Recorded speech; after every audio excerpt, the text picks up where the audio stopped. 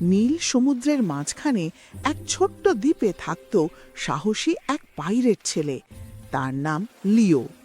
তার কাঁধে বসে থাকত তার সবচেয়ে কাছের বন্ধু, বুদ্ধিমান সবুজ তোতা ক্যাপ্টেন স্কোয়াক।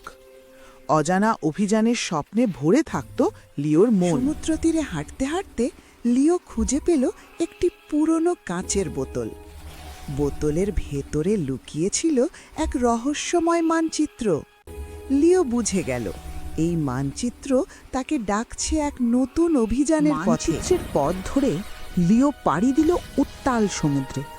কালো মেঘ আর বিশাল ঢেউ তার সাহসকে পরীক্ষা করল, কিন্তু ভয় নয়, সাহস আর বন্ধুত্বের শক্তিতেই সে এগিয়ে চলল। অবশেষে তারা পৌঁছালো রহস্যময় দ্বীপে। জঙ্গলের গভীরে মাটিতে আঁকা বড় একটি এক্স চিহ্ন তাদের থামিয়ে দিল। হৃদয় ধকধক করতে লাগলো যখন লিওর কোদাল ছুঁয়ে গেল এক পুরনো সিন্দুকে।